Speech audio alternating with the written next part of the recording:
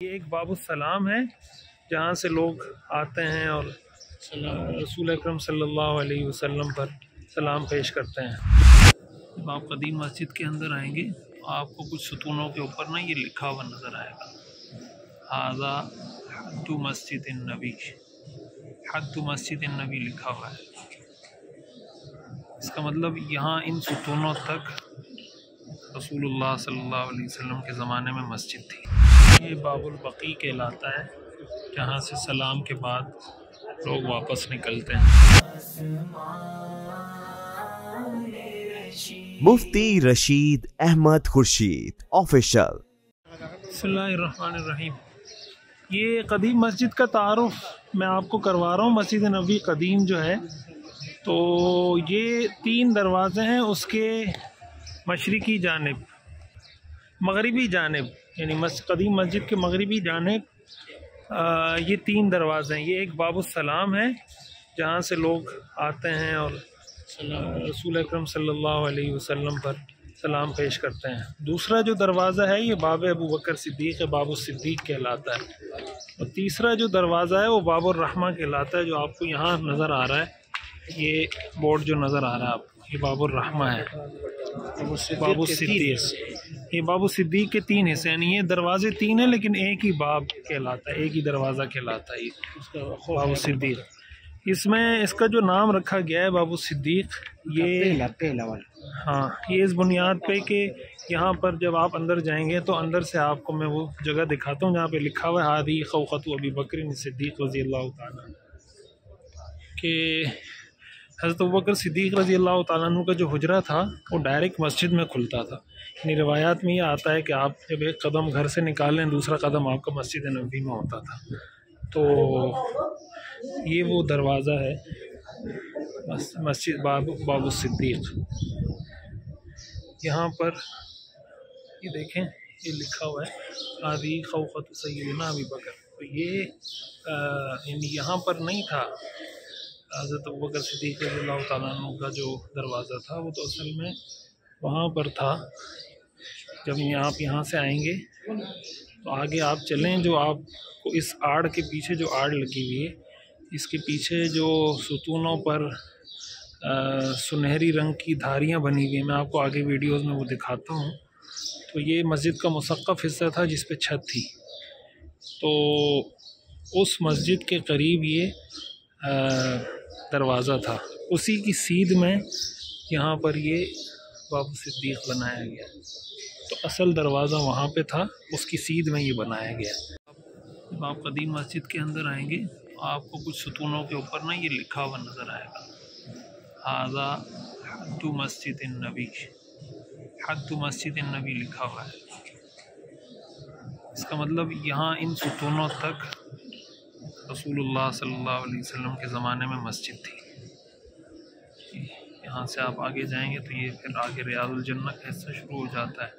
یہ مئذن ہے جہاں پہ اذان دی جاتی ہے، اقامت کہی جاتی ہے۔ یہاں نیچے حضرت بلال رضی اللہ تعالیٰ عنہ کھڑے ہو کر اذان دیا کرتے تھے۔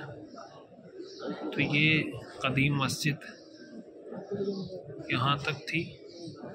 پھر حضرت عمر رضی اللہ تعالیٰ عنہ کے دور میں بھی توسیع ہوئی، اور حضرت عثمان رضی اللہ تعالیٰ عنہ کے دور میں بھی توسیع ہوئی۔ یہ سامنے جنوب کی طرف یعنی قبلے کی طرف حضرت عثمان رضی اللہ تعالیٰ عنہ نے توسیع کی۔ حضرت عمر رضی اللہ تعالیٰ عنہ کی جو توسیع تھی وہ مغربی جانب بھی تھی، 2 در مغربی جانب اور 1 در جنوب کی جانب۔ اسی طرح حضرت عثمان رضی اللہ تعالیٰ عنہ نے توسیع کی، پھر ولید بن عبد الملک کے زمانے میں توسیع ہوئی۔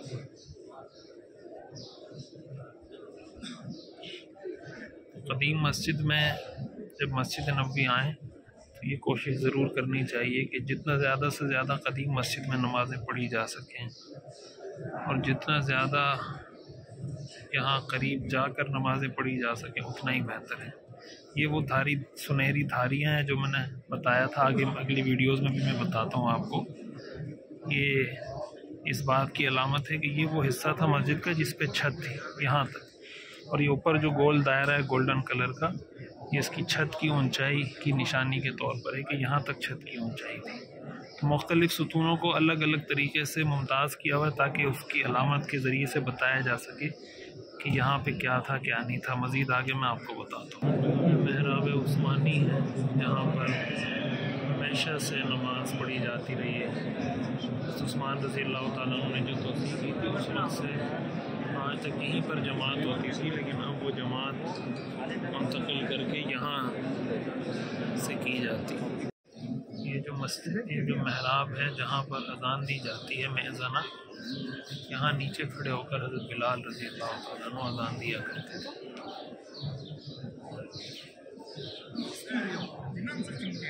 یہ باب البقیع کہلاتا ہے، جہاں سے سلام کے بعد لوگ واپس نکلتے ہیں۔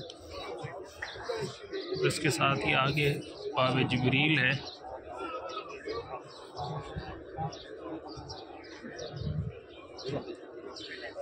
اور یہ باب النساء کہلاتا ہے۔ روزہ مشرقی جانب میں مسجد کے یہ 3 دروازے ہیں، باب البقیع، باب جبریل اور باب النساء۔ اسی طرح 3 دروازے۔ اس باب البقیع کے اپوزٹ سامنے جو دروازہ ہے وہ باب السلام کہلاتا ہے، اور باب جبریل کے سامنے جو دروازہ ہے وہ باب صدیق اکبر ہے، اور آخری وہ باب الرحمہ ہے۔ باب البقیع اصل میں وہ دروازہ ہے کہ جہاں سے رسول اللہ صلی اللہ علیہ وسلم اپنے حجرہ مبارکہ سے نکلتے تھے تو بقیع کے قبرستان تشریف لے جاتے تھے۔ یہاں سے جب آپ نکلیں تو سامنے کی طرف یہاں یہ آپ کو بقیع کا قبرستان نظر آ رہا ہے۔ آپ صلی اللہ علیہ وسلم بقیع کے قبرستان تشریف لاتے تھے، یہ آپ کی سنت ہے۔ جب بھی مدینہ منورہ حاضری ہو تو جہاں روضہ رسول صلی اللہ علیہ وآلہ وسلم پر حاضری ہو وہیں بقیع میں بھی حاضری دینی چاہیے، اور جو مسنون دعا ہے آپ صلی اللہ علیہ وسلم یہاں جو پڑھتے تھے وہ پڑھنی چاہیے۔ کئی صحابہ کرام، ہزاروں صحابہ کرام، تابعین، تبع تابعین، اولیاء کی قبور یہاں ہیں۔ باب جبریل یہ وہ دروازہ ہے،